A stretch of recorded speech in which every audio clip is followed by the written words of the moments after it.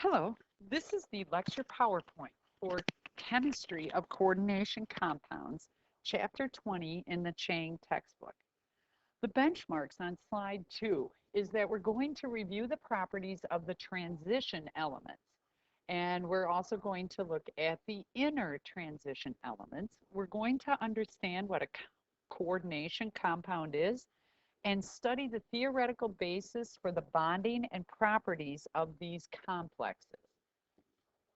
On slide 3, where are those transition metals? Well, the transition metals are the ones that start at group 3B through group 2B, or what we usually look at is 3 through 12, those transition metals. Now, it does also include those inner transition metals that are below on the periodic table, but for the most part, we're just going to look at the transition metals and focus on their characteristics. Again, this is our group that we are describing. Now, the properties of transition metals on slide 4 is the transition metals are all metals, whereas the main group elements in each period comprise both metals and nonmetals. Many transition metal compounds are colored and paramagnetic, whereas most main group ionic compounds are colorless and diamagnetic. The properties of transition metal compounds are related to the electron configuration of the metal ion. On slide 5, then, here are those electron configurations. So the ones we'll take a peek at here, Sc being the first one in the transition metal. You remember, if this is the ground state, the metal, the ground state would be 4s2, 3d1. Now, as we move across, we get 3d2, 3d3. Oh, wait, why isn't it 4s2, 3d4 here? Oh, that's right. We have those d orbitals, and there are 5 of them. And so what happens is that we take an electron out of the s and then put it into that empty d orbital. So that actually results in a lower ground state then to have the 4s2, 3d5. But then we continue, or 4s1, 3d5, 4s2, 3d5 as we keep moving across, 3d6, 3d7, 3d8. It should be 3d9. Wait, no, that's right. Copper has that other exception, is that it would be better in order to have those 5, take 1 out of that s orbital. And so they are getting all paired here. But take 1 out of the s then, and then we will have the d all full with a 4s1, 3d10. Okay, what happens when you get the M2+? Well, that wouldn't happen for Sc because it only has 1 to lose. But then what about titanium? Well, where do they leave? Out of the 4s2 first. The electrons that leave are going to come out of the 4s2. So now these would be your ground state electron configurations. What if you had a 3+? Well, then you would have these. How many electrons would be left from the ground state? Again, take them out of the 4s first, and then start draining the 3ds. What about electronegativity? Notice that electronegativity, the most electronegative fluorine is way up in this corner on the periodic table. There is not a lot of variation between these electronegativities, but it does increase slightly as you get closer to fluorine. Ionization energy, remember that means the ability to take away an electron and ionize. Well, here are your first, here are your second. First and second is you lose the first electron. It's pretty easy to get rid of that first one, but now first one out of the 4s2, but then it jumps significantly the amount of energy needed to take electrons out of those d orbitals. A lot more energy. The radius, here were your radius of the metals and then of the various ions. You just studied standard reduction potentials, and here's how those standard reduction potentials look. We worked a lot with copper, so you know that number, 0.34. Not so much with iron in a couple problems, but chromium, but those are those standard reduction potentials. Slide 6. Okay.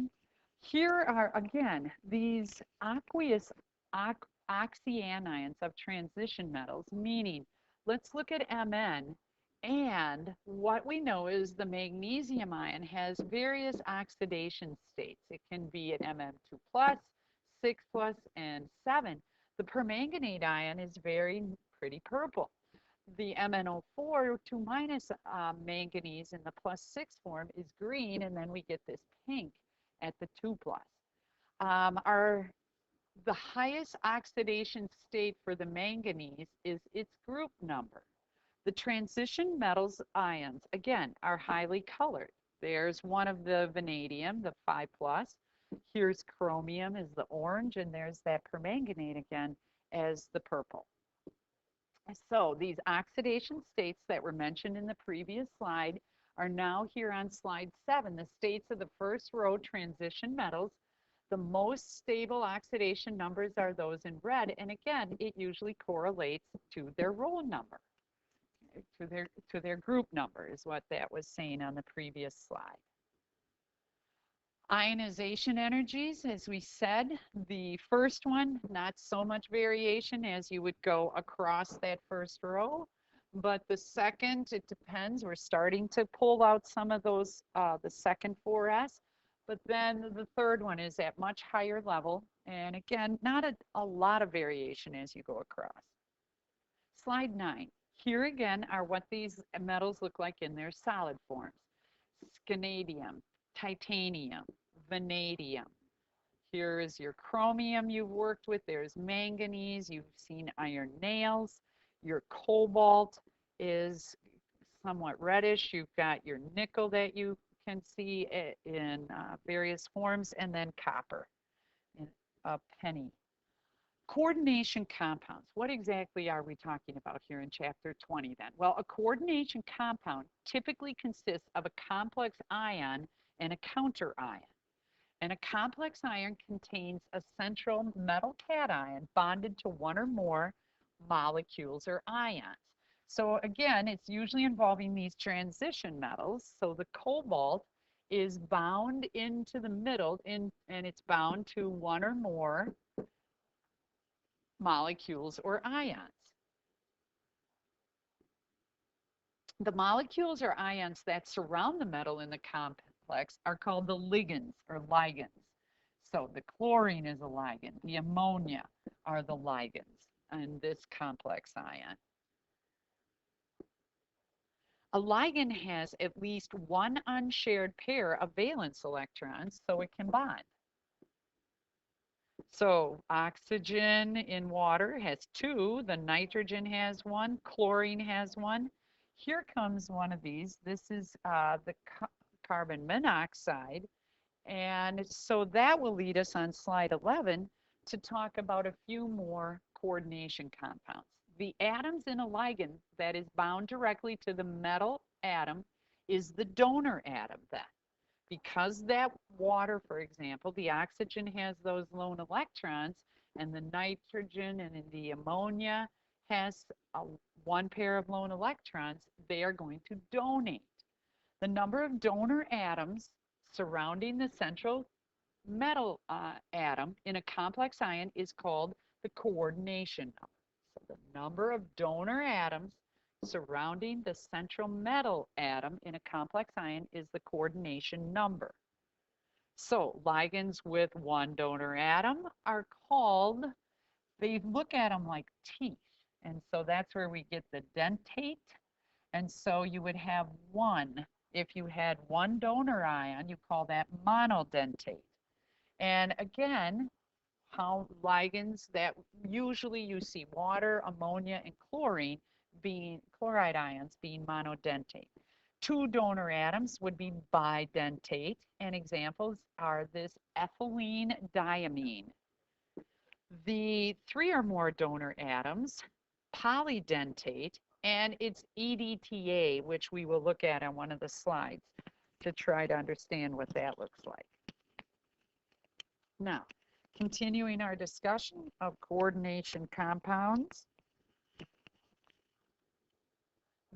Let's look at that bidentate ligand called here, okay, that has two nitrogens and it has the two carbons there. It almost looks like a mirror image of itself. This is called, abbreviated then, is COEN 3 to the 2 plus ion would be if I had cobalt in the middle and then had this EN, the ethylene diamine. So here's your ethylene and diamine. And so this is what it would look like then. This is what it would look like when you would have, here's one diamine, here's another diamine, here's the third ethylene diamine. What would that look like? Is structurally, it actually would have this structure if you had something like a cobalt in the middle. So polydentate ligand would be, again, something like EDTA. And so when you would see lead, EDTA, you would have this complex ion that's in between. Bidentate and polydentate ligands are also called chelating agents. These can be some of your chelating agents. Once again, what do these common ligands look like? You were just looking at ethylene diamine, one of your bidentate ligands. Here is what EDTA looks like. All right, what that means is ethylene diamine tetraacetate.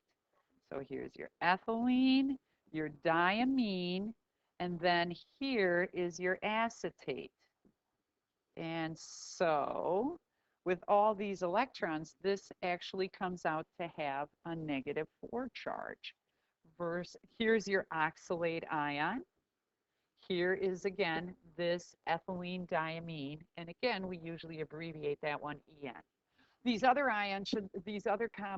compounds or ions would look familiar, molecules. Monodentate would just be something like ammonia, carbon monoxide, chlorine we've mentioned, cyanide, thiocyanate, we played with trying to find the resonance structure for it, and water, again, are all monodentate.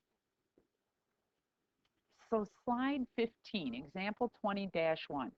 Specify then the oxidation number of the central metal atom in each of the following compounds.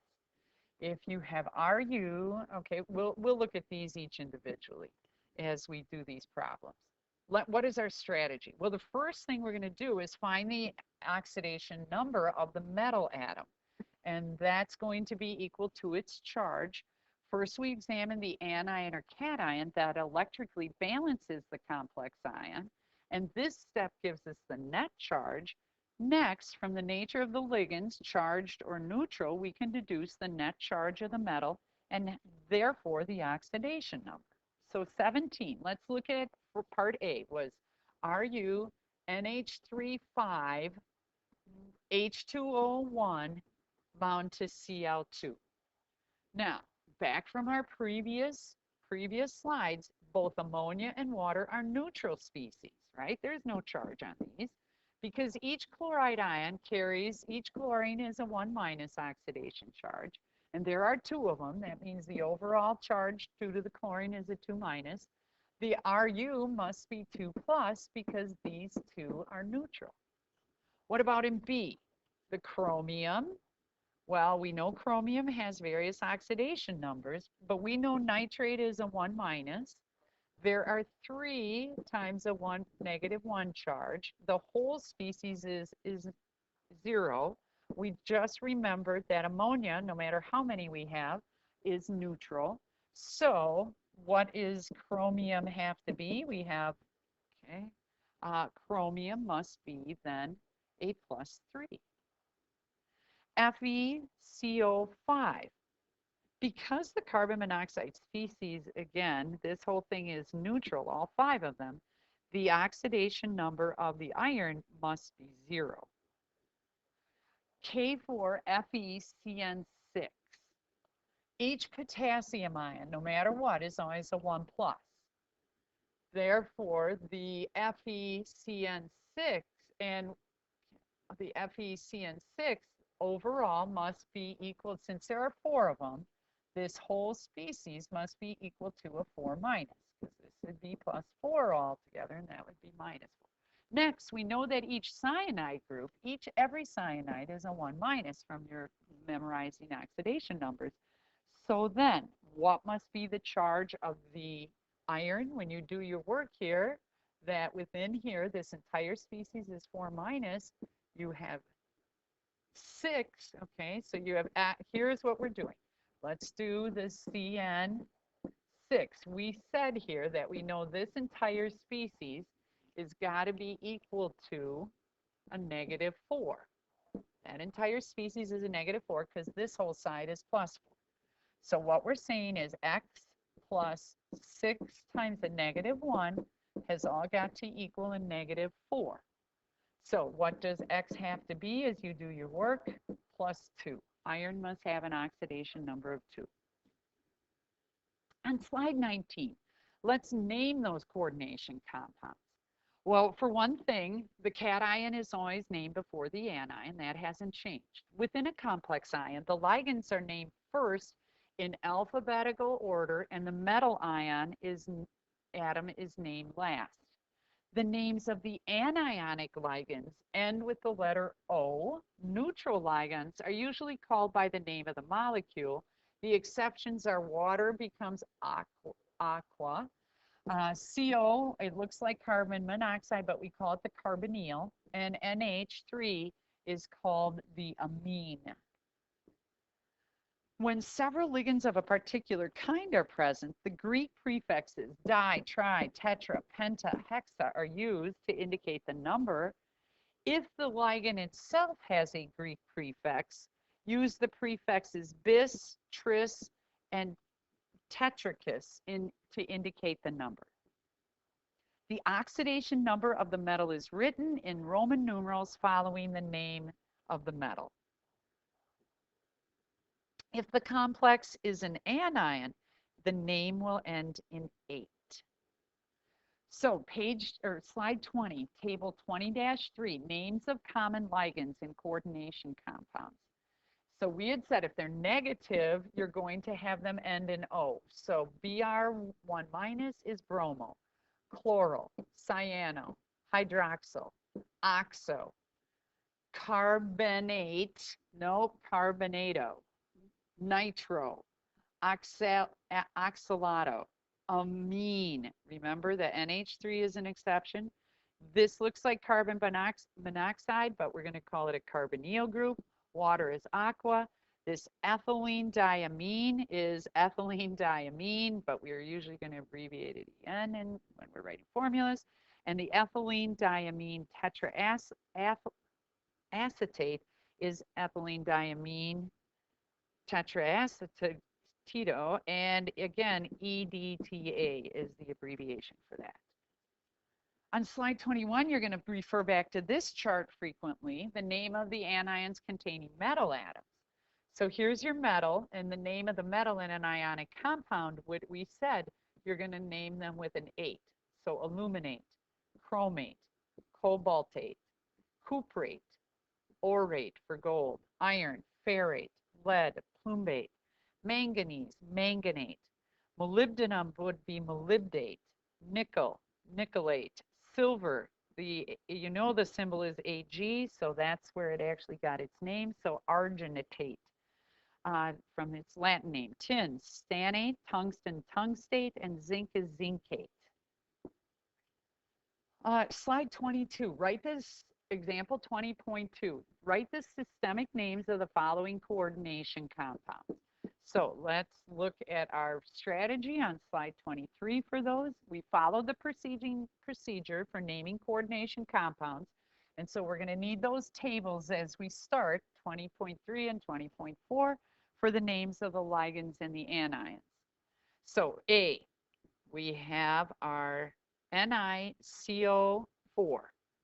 Well, the CO are neutral, and therefore the nickel atom bears no net charge. The compound is called, how many of these? We have 4, so tetracarbonyl nickel with an O. Most commonly, though, most people put the nickel first, the cation nickel, tetracarbonyl. Slide 24, NaAUF. Well, we know sodium is always a 1+, positive charge. Therefore, the complex ion, the AuF4, has to have a negative charge. So AuF1 minus, and there are 4 of those. Each fluoride ion, as you already know, has a 1 minus charge. So the oxidation number of gold must be a 3 plus to give a net negative charge. The compound then is called sodium tetrafluororate, and we need that oxidation number for gold, Roman numeral 3. K3FeCN6. All right, name this one. K3FeCN6. Well, the complex ion is the anion. It bears 3 negative charges because each potassium bears a 1+. So, looking at FeCN6 3-, we see that the oxidation of iron must be 3+. Why? Every cyanide is a 1-. So it would be X plus 6 times a 1- is all equal to a -3. So X must be 3+ because each cyanide is a -1, a -6 total. The compound then is potassium hexacyanoferrate 3. This compound is commonly called, though, potassium ferrocyanide. D, we have our, as we noted earlier, EN is the abbreviation for ethylene diamine because there are 3 chlorides, each at a -1, and the chromium, En, because En is neutral, this chromium is a 3+. If this is 3-, this all has to equal 3+. Then there are 3 En groups, and it already has a di in it, that ethylene diamine. So the compound must be called, you have to use that other prefix, cis, tris, ethylene diamine, chromium, Roman numeral 3, fluoride. Example 20.3 on slide 26, given the name, let us write the formula for our compound. So on slide 27, follow the preceding procedure and refer to tables 20.3 and 20.4 for the names of the ligands and anions containing the metal atoms. So pentamine chloro cobalt 3 chloride. The complex cation contains 5 of the NH3 groups, a chloride ion and the cobalt ion having a 3+, it tells us. The net charge of the cation must be 2+. Now, how come? Because we have those 5 amines, we have the 1 chlorine, it says here, and then it says the cobalt is a 3+. So the net charge has to be a 2+. The 2 chloride ions are needed to balance the positive charges. Therefore, the formula is CO, NH3 Cl, and then we need Cl2 with a 1- charge. Slide 28. B, it was dichlorobis ethylene diamine platinum 4 nitrate. So there are 2 dichloro, 2 chloride ions, each has a -1 charge. 2 of the ethylene diamine groups, which we know are neutral. The platinum ion with an oxidation number of +4. The net charge of the cation must be +2. So PT, then the En we have two of those. Those are neutral. Cl2 with our dichloro, each at a 1 minus, so the net charge comes out to be 2 plus. Therefore, nitrates are a 1 minus. We're going to need two of those to balance the plus 2 charge of the complex cation. Therefore, the formula of the compound is going to be Pt En2 Cl2 NO32. For letter C, sodium, hexa, nitro, cobaltrate, Roman numeral 3. The complex anion contains 6 nitro groups. That's what we have here, hexanitro. Nitros are a 1 minus each, and a cobalt ion with an oxidation number of +3. The net charge on the complex ion then, if the cobalt's a +3, and there are 6 of these, each at a -1, then the total charge is 3 minus. Therefore, we need 3 sodium cations to balance the -3 charge. Therefore, the formula of the compound would be Na3, you put that cation first, and then here's our complex ion, CONO26. On slide 29, the structure of coordination compounds. Well, they have various shapes. You can see if the metal's in the middle and you have 2 on the side, that would be linear. Metal in the middle at the 4 corners, tetrahedral. Square planar, metal in the middle, but then we have our 4 groups attached in the same plane. Octahedral, we recognize from our other units, and so we actually have, it almost looks like bipyramidal, but it's actually octahedral. Now, let's look at the coordination number. If there are 2, remember, coordination number is referred to how many ligands, so that's what the L's are, the ligands. If we have 2, we see it's linear. If there are 4, we see it's tetrahedral. It can be either tetrahedral or square planar. And if you have 6 groups, it's going to be our octahedral structure. On slide 30, the structure of the coordination compounds. Stereoisomers are what we're going to look at now. You already know that isomers would be the same, are going to have the same formula, but a different, same molecular formula is how you defined it, but with a different structural formula.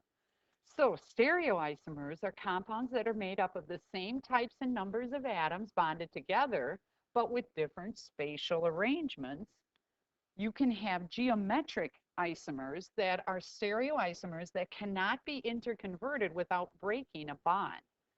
Geometric would include cis or trans isomers that occur when atoms or groups can either be arranged on the same side or on opposite sides of the compound relative to the central atom.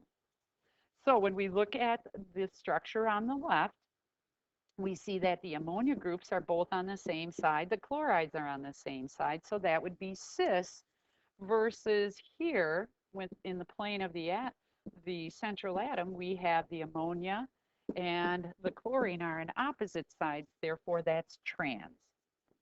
Now what about stereoisomers? Well, there are 2 main branches of stereoisomers. We can either have distereomers or we can have enantiomers. So, because enantiomers are more difficult to deal with, we'll mainly focus on distereomers in this video. We'll talk about enantiomers later on. So, let's first start with the definition of distereomers. Now, from above, we have the definition of a distereomer being groups of molecules which share the same molecular formula. The atoms are connected in the same order in the molecules, but they are not mirror images of each other. So, what are some examples of distereomers? Well, the most commonly used example are cis-trans isomers. So let's remind ourselves what cis and trans mean. So, in organic chemistry, we have cis-trans, meaning that we have 2 carbon compounds, 2 carbon atoms, with a double bond between them, 1 hydrogen on each carbon, and 1 non-hydrogen group on each carbon. Now, we can draw a cis isomer, meaning the non-hydrogen groups are on the same side, but we can also draw a trans isomer, meaning the non-hydrogen groups are on opposite sides. So let's make sure that these 2 follow the definition for distereomers. So They obviously share the same molecular formula, C2H2Cl2. They both have the atoms connected in the same order. Here we have Cl, C, C, Cl. Here we also have Cl, C, C, Cl. And they're obviously not mirror images of each other, because if you pretend you drew a mirror here, they obviously don't match. Now, what are the other types of diastereomers we can form? Well, other than having cis-trans isomerism in double bonds, we can also have cis-trans isomerism in rings. So how does that work? Well, let's first draw a ring structure. Let's start with cyclopentane, meaning a carbon compound, a circular carbon compound with 5 carbons. Now, again, the rules for cis and trans are basically the same. In this case, in rings, we have a cis isomer if the 2 non-hydrogen groups are on the same side of the ring, like so, while we can have trans isomerism if we have the 2 non-hydrogen groups on opposite sides of the ring, like so. And again, let's make sure that they follow the rules for diastereomers. They share the same molecular formula. It's basically a 5-carbon ring with 2 chlorines. They have the atoms connected in the same order. They have carbon, carbon, carbon, carbon, carbon, and then 2 Cls next to each other, like so. But they're obviously not mirror images of each other, because if you pretend you drew a mirror there, they obviously don't match. If you made a mirror image of this compound here, you get another cis compound. If you made a mirror image of this compound, you get another trans compound. So this basically does it for diastereomers. We're going to look at pairs of molecules and see if they relate to each other in any obvious way, or maybe less than obvious way. So these first two right here, they actually look like completely different molecules. So your gut impulse might be, see, these are completely different molecules, and it wouldn't be completely off. But if we look a little bit closer, you see that this guy on the left has 1, 2, 3, 4 carbons, and so does this guy on the right. He has 1, 2, 3, 4 carbons. This guy on the left has 2, 4, 6, 7, 8 hydrogens.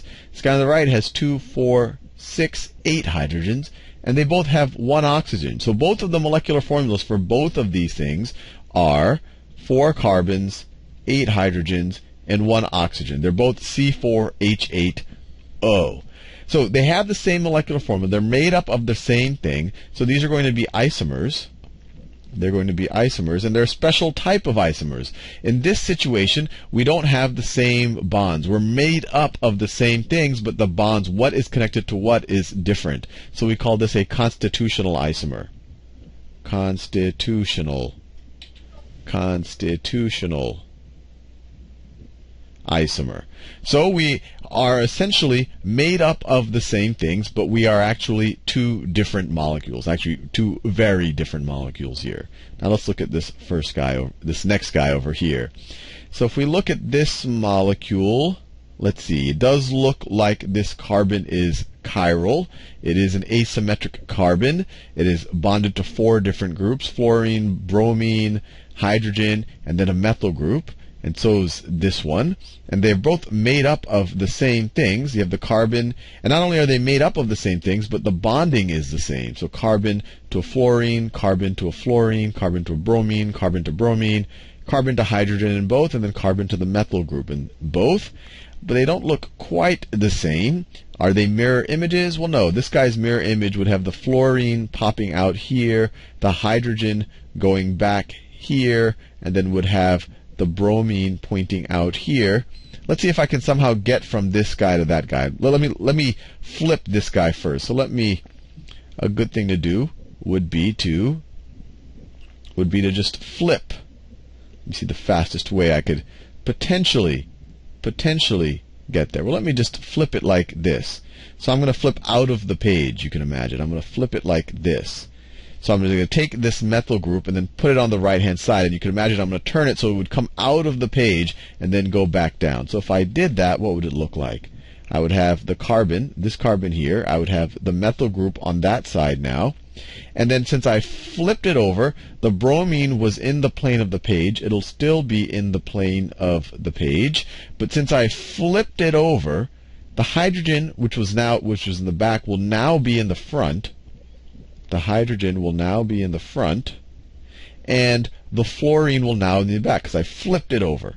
So the fluorine is now in the back. Now, how does this compare to that? Let's see if I can somehow get there. Well, if I take this fluorine and I rotate it to where the hydrogen is, and I take the hydrogen and rotate it to where, it's all going to happen at once, to where the bromine is, and I take the bromine and rotate it to where the fluorine is, I get that. So I can flip it, and then I can rotate it around this, I guess, this bond axis right there, and I would get to that molecule there. So even though they look pretty different, with a flip and a rotation, you actually see that these are the same molecule. Same molecule. Next one. So let's see, what do we have here? Let me switch colors. So over here, this part of both of these molecules look the same. You have the carbons on both of them. This carbon looks like a chiral center. It's bonded to 1, 2, 3 different groups. These are, you might say, oh, it's 2 carbons, but this is a methyl group, and then this side has all this business over it. So this is definitely a chiral carbon. And over here, same thing. It's a chiral carbon. And this has the same thing. It's bonded to 4 different things. So each of these molecules have 2 chiral carbons. And it looks like they're made up of the same things. And not only are they made up of the same things, but the bonds are made in the same way. So this carbon is bonded to a hydrogen and a fluorine, and then 2 other carbons, same thing, a hydrogen and a fluorine, carbon, it looks like it's a hydrogen, it's bonded to a hydrogen and a chlorine. So it's made up of the same constituents, and they're bonded in the same way. So these look like, but the bonding is a little bit different. Over here on this one on the left, the hydrogen goes in the back, and over here the hydrogen's in the front. And over here the chlorine's in back, and over here the chlorine's in front. So these look like stereoisomers. Stereoisomers. You saw earlier in this video, you saw structural isomers, made up of the same things, but the connections are all different. Stereoisomers, they're made up of the same thing, the connections are the same, but their three-dimensional configuration is a little bit different. For example, here on this carbon, it's connected to the same things as this carbon, but over here the fluorine's out front, and over here, out here the fluorine's out front, over here the fluorine's backwards, and the same thing for the chlorine here. It's back here and it's front here. Now, let's see if they're related, I guess in a more nuanced way. Well, if you you can imagine putting a mirror behind, I guess the best way to visualize, imagine putting a mirror behind this molecule. If you put a mirror behind this molecule, what would its reflection look like? So if you put a mirror behind it, in the image of the mirror, this hydrogen would now, since the mirror is behind this whole molecule, this hydrogen is actually closer to the mirror. So then the mirror image, you would have a hydrogen that's pointed out, and then you would have the carbon, and then you would have the fluorine being further away. And same thing in the mirror image here, you would have the chlorine coming closer, since this chlorine is further back, closer to the mirror, and then you would have the hydrogen pointing outwards like that. And then obviously the rest of the molecule would look exactly the same. And so this mirror image that I just thought about in white is exactly what this molecule is. Hydrogen pointing out in front, hydrogen pointing out in front. You might say, wait, this hydrogen is on the right, this one's on the left. It doesn't matter. This is actually saying that the hydrogen's pointing out front, fluorine's pointing out back, hydrogen out front, fluorine back, chlorine out front, hydrogen back, chlorine out front, hydrogen back. So these are actually mirror images, but they're not the easy mirror images that we've done in the past where the mirror was just like that in between the two. This one is a mirror image where you'd place the mirror either on top of or behind one of the molecules. So this is a class of stereoisomers, and we've brought up this word before. We call this enantiomers. Enantiomer. So each of these are an enantiomer. I'll say they are enantiomers of each other. They're stereoisomers. They're made up of the same molecules, so they have the same constituents. They also have the same connections, and not only do they have the same connections, that so far gets us a stereoisomer, but they're a special kind of stereoisomer called an enantiomer, where they are actual mirror images of each other. Now, what is this one over here in blue? Just like the last one, looks like it's made up of the same things. You have these carbons, these carbons, these carbons, and hydrogens up there. Same thing over there. You have a hydrogen, bromine, hydrogen and a bromine, hydrogen and chlorine, hydrogen, chlorine, hydrogen, chlorine, hydrogen, chlorine. So it's made up of the same things. They're connected in the same way. So they're definitely stereoisomers. Well, we have to make sure they're not the, well, let's make sure they're not the same molecule first. Here hydrogen's in the front, there hydrogen's in the back. Here hydrogen is in the back, here hydrogen in the front. So they're not the same molecule. They have a different three-dimensional configuration, although their bond, the bond connections are the same. So these are stereoisomers. These are stereoisomers.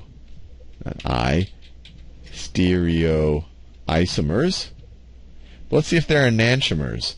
So if we look at it like this, you put a mirror here, you wouldn't get this guy over here. Then you would have a chlorine out front and a hydrogen. So you won't get it if you get a mirror over there. But if we do the same exercise that we did in the last pair, if you put a mirror behind this guy, if you put a mirror behind this guy, and I'm just going to focus the stuff that's just forward and back, because that's what's relevant if the mirror is sitting behind the molecule. So if the mirror is sitting behind the molecule, this hydrogen, or this bromine, is actually closer to the mirror than that hydrogen. So the bromine will now be out front, and then the hydrogen will be in back. This hydrogen will be in the back. If you're trying to do kind of a mirror image, if it's hard to conceptualize, and then that would all look the same. And then this chlorine will now be out front, and this hydrogen will now be in the back in our mirror image, if you can visualize it. And then we have another one, and then this chlorine is closer to the mirror that's kind of sitting on top of. So in the mirror image, it would be pointing out, and then this hydrogen would be pointing back. Now let's see, is our mirror image the same as this? So in the mirror image, our bromine is pointing in the front, hydrogen in the back there. Then we have hydrogen then in our mirror image, we have the hydrogen back, chlorine in front, same there. So far it's looking like a mirror image. And then in this last carbon over here, chlorine in front, hydrogen in back. But here we have chlorine in the back, hydrogen in front. So this part, you could think of it this way. This is the mirror image of this. This is the mirror image of this part. But this is not the mirror image of that part.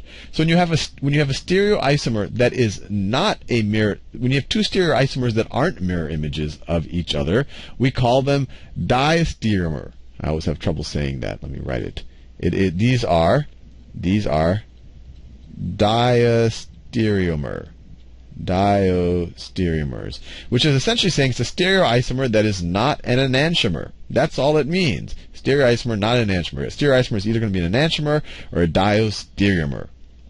Now let's do this last one. Let's see. We have we have this kind of cyclohexane ring, and you have a bromo on I guess the number 1 and the number 2 group, depending how you think about it. It looks like they are mirror images of each other. We could put a mirror right there, and they look like mirror images. And this is a chiral carbon here. It's bonded to one carbon group that is different than this carbon group. This carbon group has a bromine. This carbon group doesn't have, just has a bunch of hydrogens on it if you kind of go in that direction. So, and it is hydrogen and then a bromine. So that is chiral. And then same argument, that is also chiral. And obviously this one is chiral and that is chiral. But if you think about it, they are mirror images of each other, and they each have two chiral centers, or two chiral carbons. But if you think about it, all you have to do is flip this guy over, and you will get this molecule. These are the same molecules. So it is the same molecule. So this is interesting, and we saw this when we first learned about chirality. Even though we have two chiral centers, this is not a chiral molecule. It is the same thing as its mirror image. It is superimposable on its mirror image. It is superimposable on its mirror image. So even though it has chiral carbons in it, it is not a chiral molecule. And we call these mesocompounds. This is and we can point to one of them because they really are the same compound. This is a mesocompound. It has chiral centers, it has chiral carbons, I guess you could say it, but it is not a chiral compound. And the way to spot these fairly straightforward is that you have chiral centers, but there is a line of symmetry here. there is a line of symmetry right here. These two sides of the compound are mirror images of each other.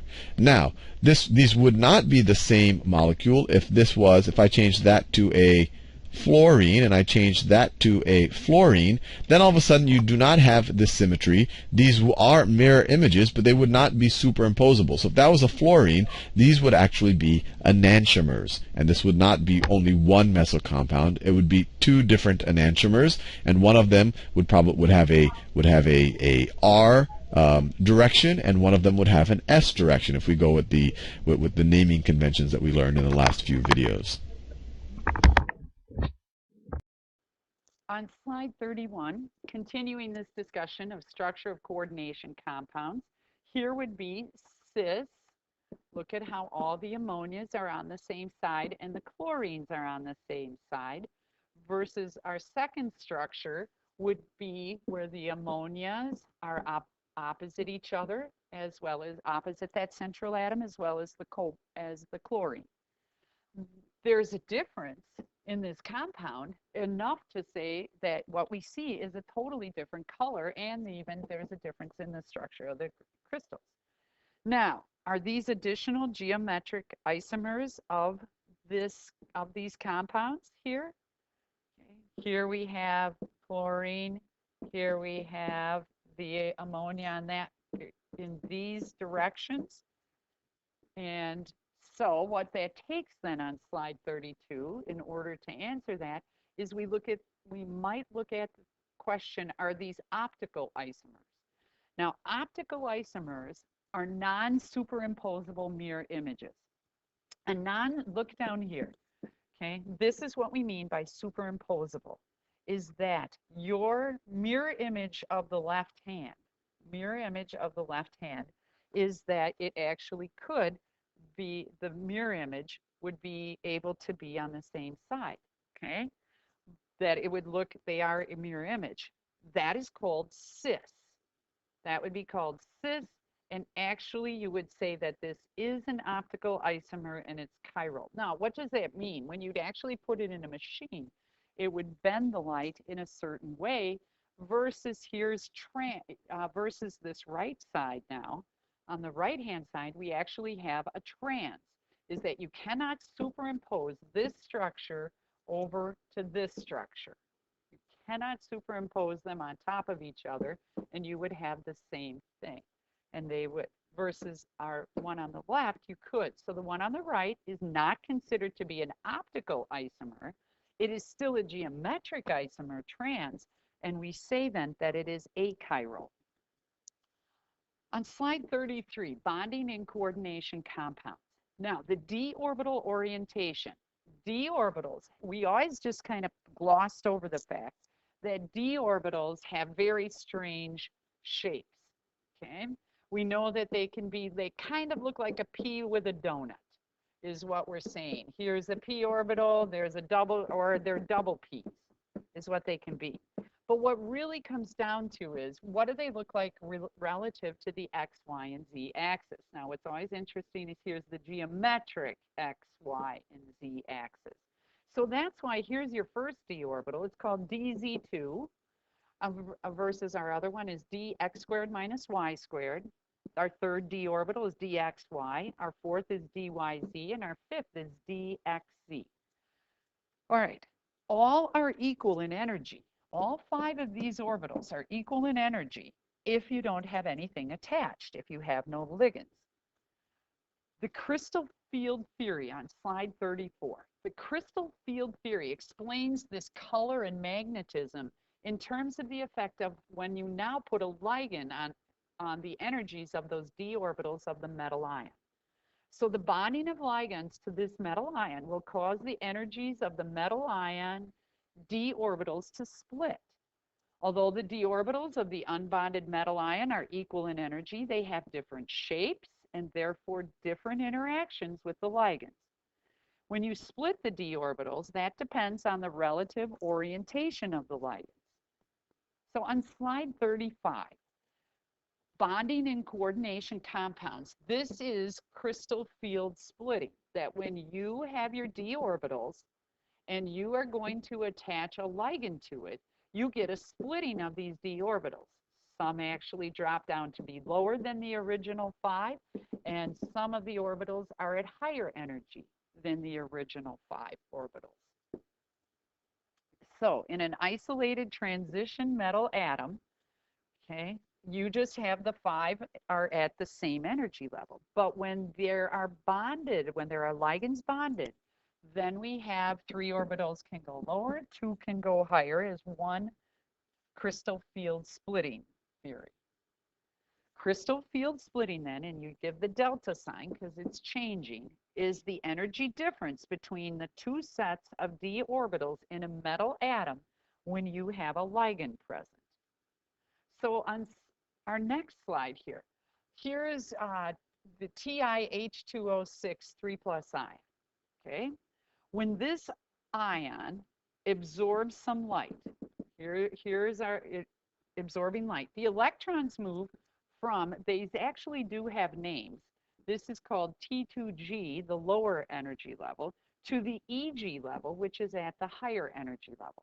The difference in energy between the 2 levels, the delta, the change, determines the wavelengths of the light absorbed. So how far apart they are, that's going to determine which of these lights is absorbed. So a visible color is given by the combination of the wavelengths that are transmitted. Bonding and coordination compounds on slide 37 then. So here we have an incident ray, photon of energy. Okay, and this one happens to be green. Here's our electron is down in dxy, that would be the lowest. But if you excite that electron, we know it can go to a higher energy level. It'll go up to this EG1 is what we call it then, and specifically to the dx squared minus y squared orbital. This absorption in wavelength will happen to be in about that 500 nanometer wavelength range.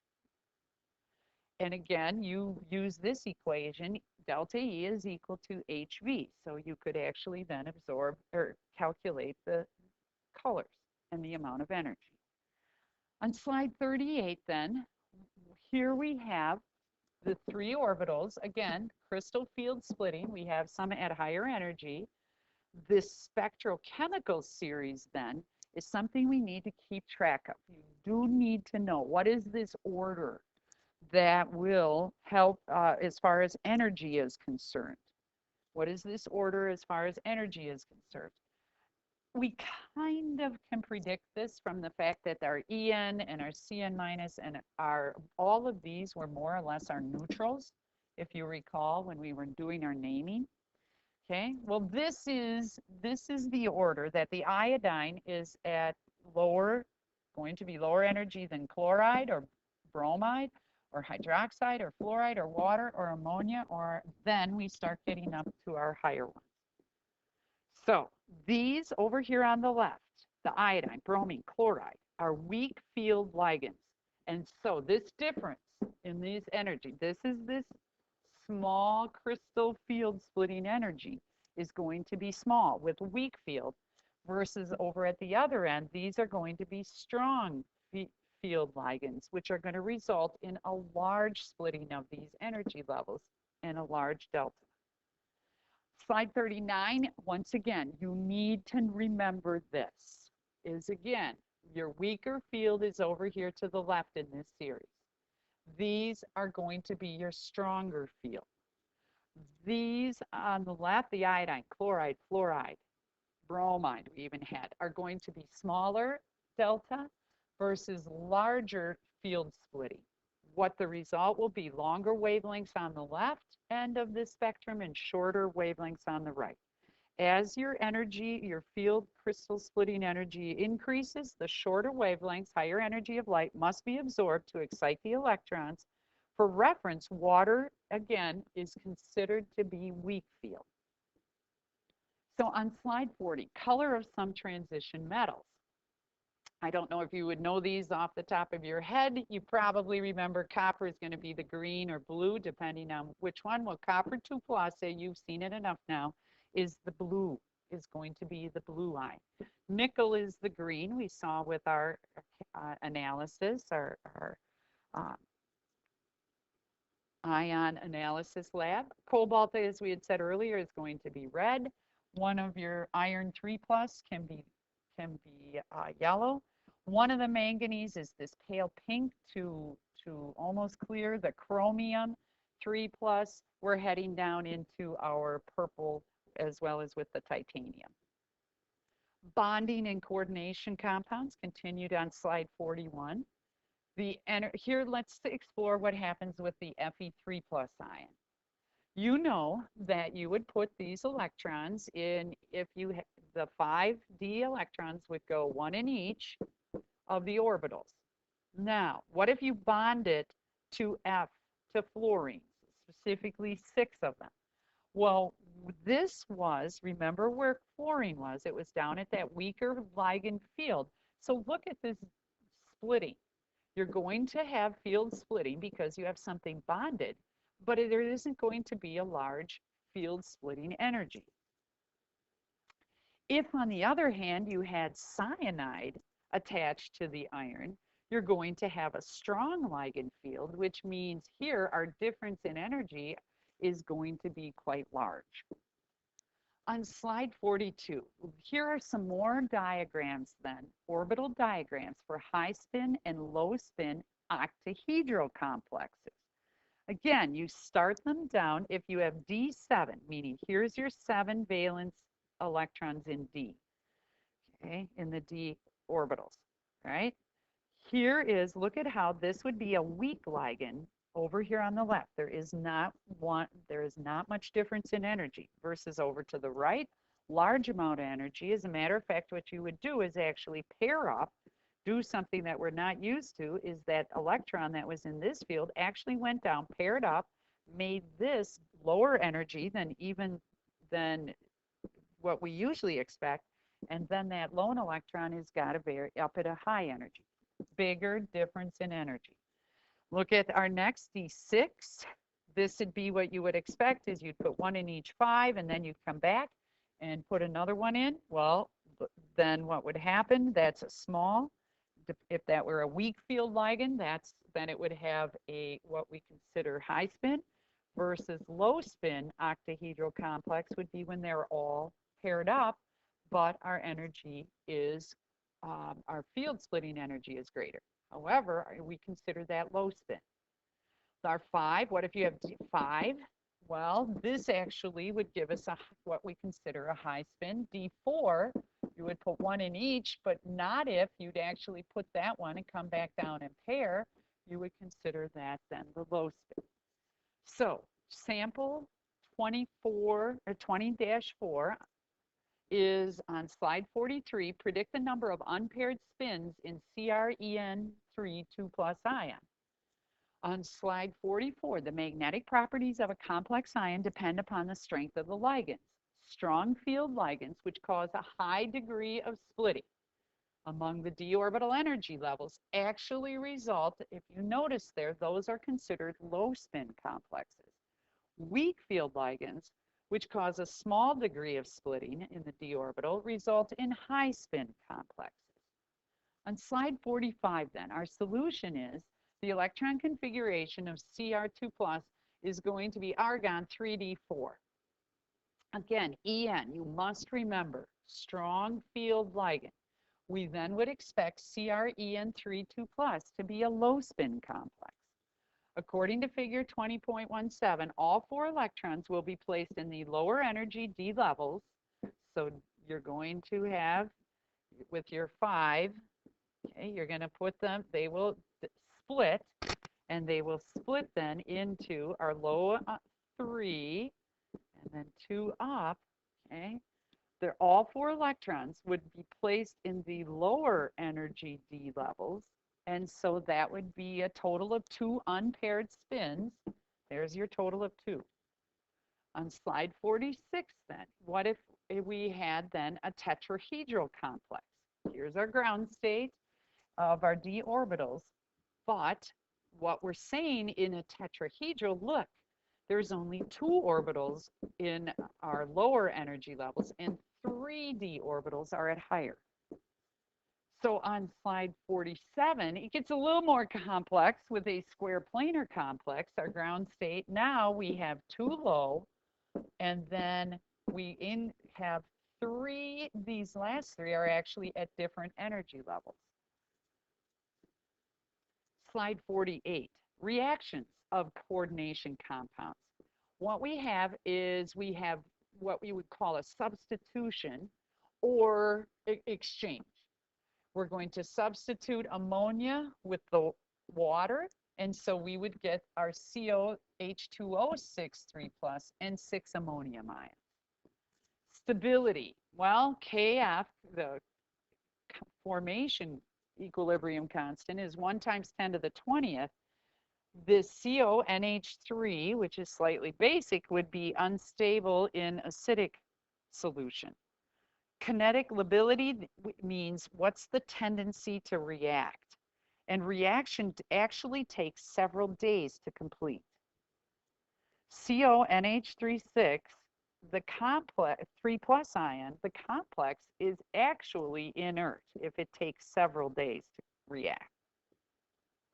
The labile complexes, on the other hand, would react rapidly. The end.